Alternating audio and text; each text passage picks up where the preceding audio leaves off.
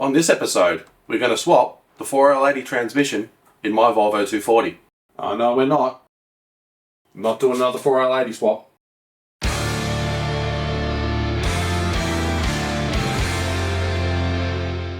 Alright, definitely no 4L80 swaps in this video, purely because I've done it a few times off camera and I'm sick and tired of it. I've had a few challenges with my 4L80 stuff and I just want to drive the car. I just want to go racing. I'm really trying to hunt down that 9-second quarter mile, so I've done a bunch of other little things on the car off camera, which I'll go through now just as a quick summary, and then off to the races we go. Real quick summary of what I've changed. I've added an MSD two-step, which just plugs straight into the cord plugs. I'm actually triggering that off my trans brake. Yes, I have the trans brake in, but with the old transmission. My new transmission with all the goodies is here.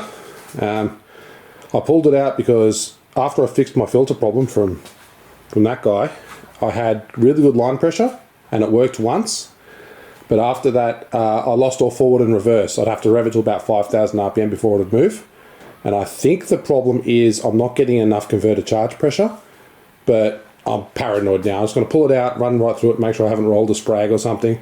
It's not making any weird noises. Everything seems fine. There's nothing in the oil, but I've scared myself. So I've just pulled the converter out, put it in the other transmission, pulled the trans brake out and put that in the other transmission as well. So the transmission that's in here is my original box, just with the Jakes D3 trans brake added and the plug pulled out of the bottom of the transmission for the dual apply. It's now a proper dual feed because that's what the trans brake circuitry does. So that's that. I might break an input shaft because it's standard, but we'll see. Right. Other things to talk about, I have put a catch can in.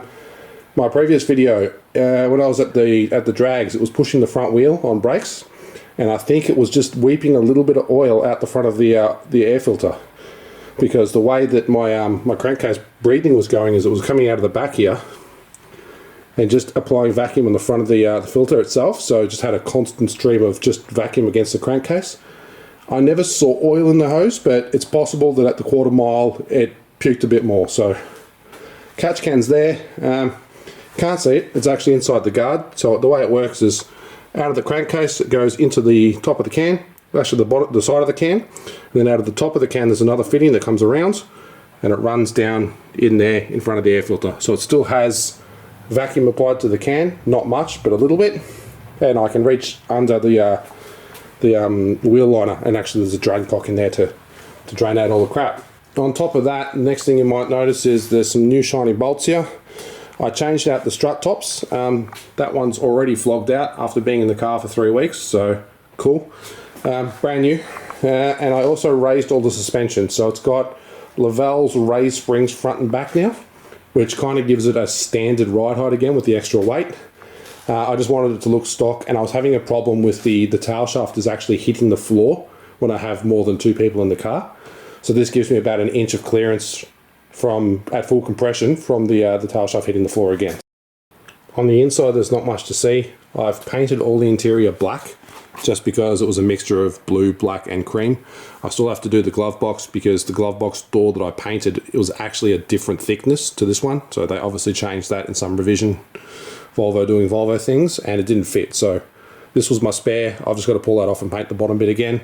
I added a late model 240 shifter surround just to keep it looking stock. Looks pretty good in there and it works nicely.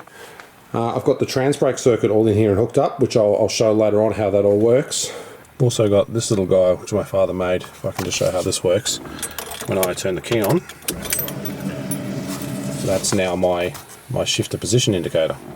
So obviously I have one here, but being an Australian car, the actual shifter blocks your vision. And on top of that, this is for a 3-speed automatic, but I have a 4-speed. So the first few gates line up okay, but once you get into drive, it's not really lined up anymore. But you can see up here, everything sort of does what you'd expect. So now I know when I'm in 3, because previously when I went racing, I'd have to count, I'd have to reverse, and then I'd have to go back to drive and then count my position so I knew where I was. Now, the way that the trans brake works, and just shush that radio a little bit, the way that the trans brake works is I really didn't want to have any curly cords or anything hanging off the steering wheel. I don't like that under the wheel. it takes away from the street car look of the car as well. So what I've done is I've got my trans brake running off the horn, but I still want a horn, so I have a horn. Horn works. But if I flick this little guy here, I now have a trans brake. And you probably can't tell the difference between me pushing the button and the solenoid, but that ticking you hear is actually the trans brake solenoid ticking in the transmission. So when that switches down, which was the rear demister that doesn't work anyway, it's activating the trans brake. And when I turn it off, it goes back to the horn function again.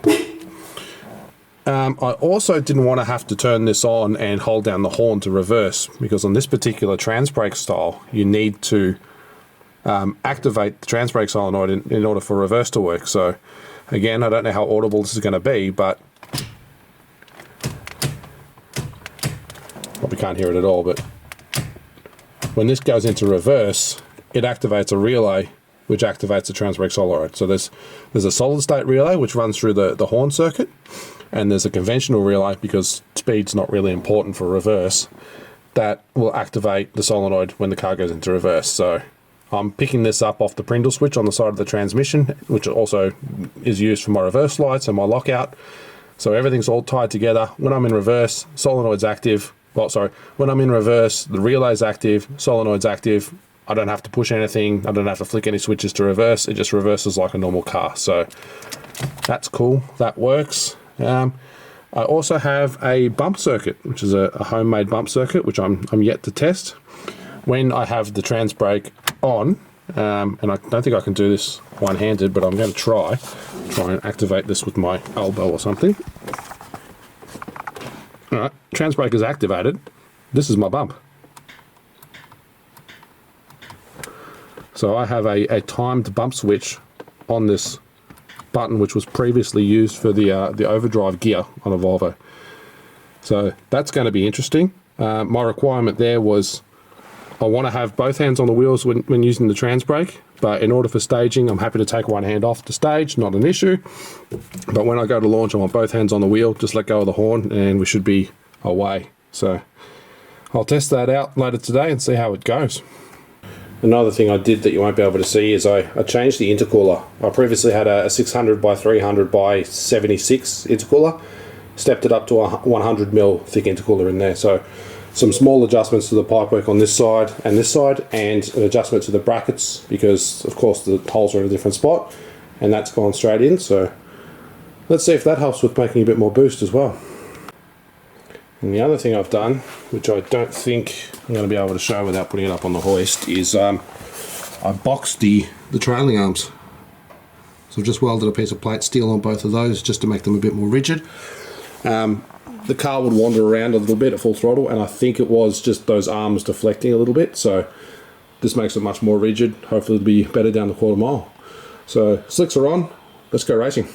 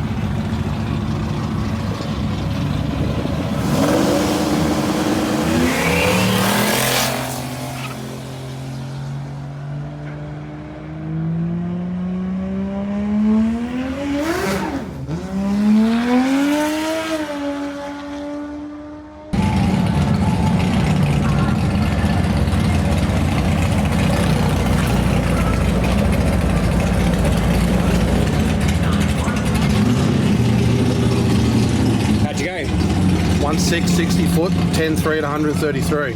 Oh, nice work. That's enough to be 10 ohm. Beat the rates.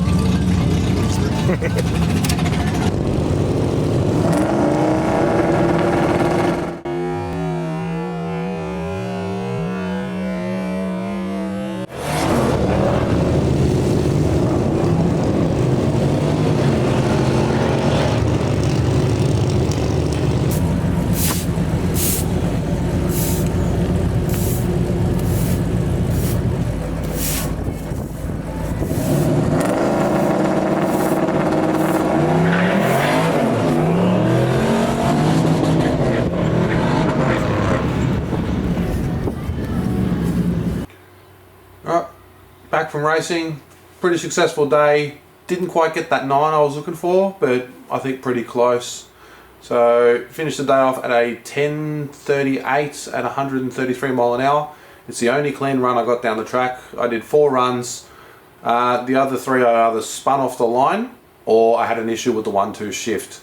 Now interestingly, this transmission I had the 1-2 shift pretty much dialed in. But with the Jake's D3 trans brake, it seems to really delay that 1-2 shift. So I've had to command it almost 1,000 RPM earlier. Still trying to get that nice, but it's different. Not the end of the world. You also would have seen that I was running the car with the diff in the air, just spinning the back wheels. Another problem that I've got with this transmission now, and only after I changed to the D3 trans brake, is the converter grabs when it's cold. So I noticed this as well when I was driving it on the street. In second gear, where I don't have converter lockup commanded at all, it will lock the converter at low RPM until the transmission temperature is at 40 degrees Celsius. After 40 degrees Celsius, it's fine, but under 40 degrees Celsius, it grabs weirdly. So I was just running the wheels on the jack at the drag strip just to get that trans fluid temperature up, and I could actually feel it sort of jerking the car and throwing it around a little bit as the converter would lock and unlock, and I could see it in my logs as well. Just when the trans converter slip will drop to 0 and then off again. But after 40 degrees, almost exactly on 40 degrees, it's perfect. So took a few minutes of idling and just running through the gears with the wheels in the air. Not the end of the world. Obviously this car as well, full weight. I'm pulling no weight out of this. I'm running it with a full exhaust. I'm running it with a full interior, all the audio stuff and the air filter. I don't intend on changing that. So I'm still going for 9's in that trim. And it's a big girl. We're 1.64 tons metric, so it's heavy. So I think that's a good accomplishment.